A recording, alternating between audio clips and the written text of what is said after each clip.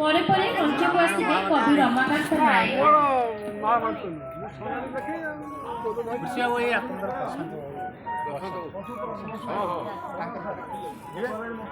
समस्त को नमस्कार। गोटे वर्ष मन शांत हुए ना सी किए जानते सी हूँ भौणी राखी बांध आगामी वर्ष को अपेक्षा करें भाई हाथ से राखी बांध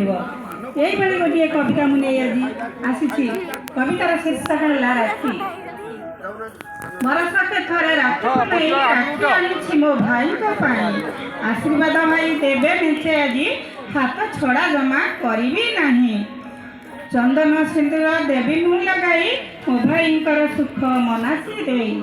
आशीर्वाद ठारू बड़ किछि नहीं पाउना फाउना लोड़ाम नहीं विपदे आपदे साह हेउथिब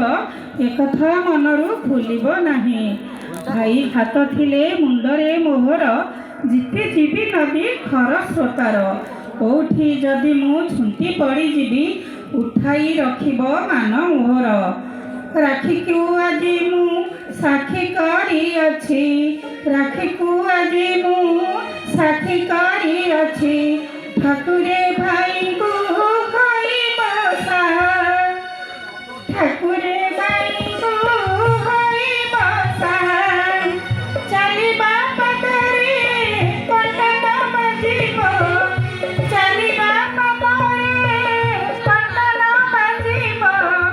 फुलर पखुड़ा पड़िब जा फुलर पखुड़ा पड़िब जा